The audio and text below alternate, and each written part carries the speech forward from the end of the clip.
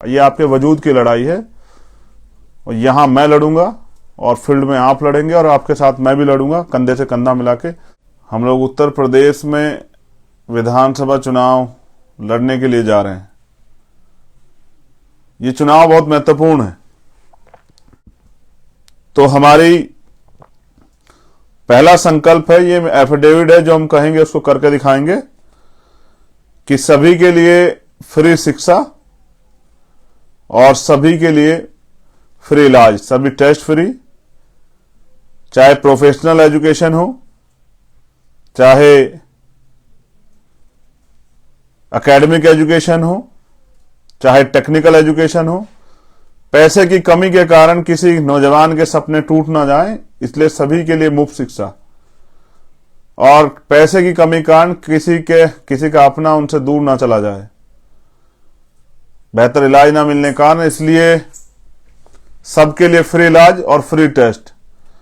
Azad Samaj party की सरकार बनने पे ये दिया जाएगा।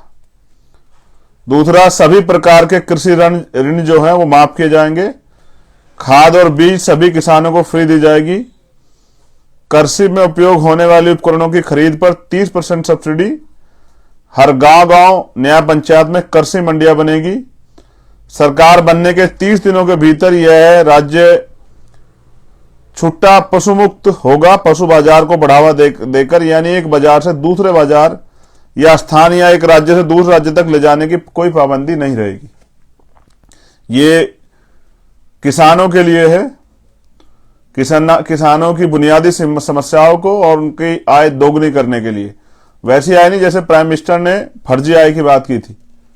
आय की जगह उनका खर्चा दोगुना हो गया। मैं युवा होने के नाते युवाओं के दर्द को समझता हूं और मैं आपसे एक युवा होने के नाते वादा करता हूं कि 20% युवाओं को जो प्रदेश के हैं उनको सरकारी नौकरी देने का काम हम लोग करेंगे। 80 लाख युवाओं को रोजगार के अवसर देंगे। समूह ग और घ की संविदा की कर्मियों की जो नियुक्तियां है, उन नियुक्तियों में आरक्षण और 5 साल बाद नियमितीकरण का प्रावधान लागू करेंगे। जो ग और घ की नियुक्तियां हैं, 5 साल में जो लोग लगेंगे उनको 5 साल जो नौकरी करेंगे उनको परमानेंट किया जाएगा। और ये इसलिए हमने रखा क्योंकि 69 शिक्षक भर्ती के बच्चों का मामला हमने देखा और उससे अलग भी पूरे देश में बेरोजगारी का आलम इन धनतंत्र वाली राजनेताओं को पार्टियों को नहीं दिखाई देता कि बेरोजगार सुसाइड कर रहा है। पढ़ा लिखा नौजवान मजबूर है, अपने सपनों को कुचलते हुए देख रहा है, खुद को मायूस है, उसके मन में सपने हैं कि सरकार उनकी बात को सुनेगी, लेकिन ना सरकार उनकी और ना ही उन बच्चों के सपनों सरकार को मतलब। तो ये फैसला लिया गया है। मैं ये इसलिए पढ़ के सुना रहा हूं कि आपको समझाने में आम आदमी को आसानी हो। जातिगत जनगणना और उसके आधार पर शासन प्रशासन सत्ता, सरकारी नौकरी, सरकारी ठेकों आदि में जातियों के अनुपातिक प्रतिनिधित्व को देने का बिल हम लाएंगे और उसको पास करा के ये सब चीजें लागू करेंगे। निजी क्षेत्रों में दलित, पिछड़े, आदिवासी और अल्पसंख्यकों को युवा योजना के तहत 85% आरक्षण लागू करेंगे। दलितों, पिछड़ों और आदिवासियों के लिए प्रमोशन में आरक्षण के बिल लाएंगे और सभी बैकलॉग वैकेंसी जल्द से जल्द भरी जाएंगी। और यही मेरी सबसे बड़ी लड़ाई है कि जिस तरह से प्रमोशन में रिजर्वेशन का ये खत्म किया गया और खून के आंसू रोए हमारे अधिकारी कर्मचारियों ने, और एससी जैसी पोस्ट पर बैठा हमारा अधिकारी जो है वो जेई बन गया, एसडीओ बन गया, इस तरह की जो है हालात बनी। तो मैं समझता हूं अब रोने से काम नहीं चलेगा, अपनी लड़ाई को मजबूत करना पड़ेगा। तो 85% बहुजन समाज के लोगों से मेरी मांग है कि अंधविश्वास, पाखंडवाद पर आधारित कुछ भी हमने नहीं रखा है। हमारा एक ही संकल्प है, बहुजन हिताय बहुजन सुखाय। और एससी, एसटी, ओबीसी, माइनॉरिटी करो विचार, कब तक सहोगे अत्याचार।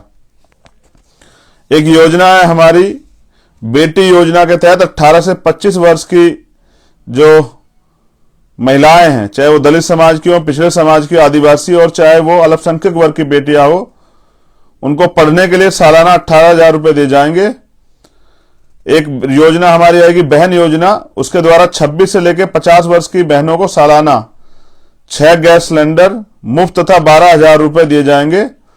और जो इनसे ऊपर हैं, माँ जो है, उन माँ उनका नाम, उस योजना का नाम माँ ही है। उस योजना के तहत इन वर्ग की महिलाओं को सालाना 18,000 रुपए दिए जाएंगे। और ये हमारा प्रयास है एक महिलाओं को सशक्तिकरण के लिए, कि वो दोहरी गुलामी की जिंदगी जो इस प्रदेश में जी रही हैं, एक तो वो अधिकारों की वजह से गुलाम है, दूसरा वो इस देश में अपनी मर्जी से कुछ भी नहीं कर सकती है, इसलिए भी वो दोहरी गुलामी जो झेल रही हैं, उन बहनों माताओं को सशक्त करने के लिए, क्योंकि डॉक्टर अंबेडकर ने कहा कि किसी भी महिलाओं की, किसी भी प्रदेश की, देश की तरक्की में उस प्रदेश देश में रहने वाली महिलाओं की तरक्की से मापता हूं। और समाज के लिए भी उनका यही उदाहरण था। इसलिए बहनों को, बच्चियों को और माओं को सशक्त करना पड़ेगा। एक बेटा योजना हमारी है। बेटा योजना के तहत दलित, पिछड़े, आदिवासी और अल्पसंख्यक वर्ग के 18 से 25 वर्ग के हर युवा को एक लैपटॉप और 18,000 रुपए सालाना वजीफा दिया जाएगा। भाई योजना के तहत इस वर्ग के 26 से 50 वर्ष के युवाओं को या तो नौकरी, रोजगार या फिर 18,000 सालाना बेरोजगारी भत्ता देंगे। 50 वर्ष से ज्यादा उम्र के इन वर्गों के लोगों को पापा योजना के तहत 18,000 सालाना जीवन यापन भत्ता देंगे। यानी कि कोई व्यक्ति किसी दूसरे के का मोहताज नहीं रहेगा और उसको आगे बढ़ने के लिए हम लोग अवसर प्रदान करेंगे। स्पेशली जो 26 से 50 वर्ष के नौजवान रहेंगे, उन लोगों को जो तैयार हो गए अपने परिवार का खर्चा उठाने के लिए और अपने परिवार को विकास की मुख्य धारा जोड़ने के लिए और अपने परिवार के सपने पूरा करने के लिए। 350 यूनिट तक बिजली गरीब एवं मध्य वर्ग के लोगों को महीने की घरेलू बिजली एवं किसानों की सिंचाई के लिए बिजली का बकाया माफ एवं भविष्य में मुफ्त करेंगे।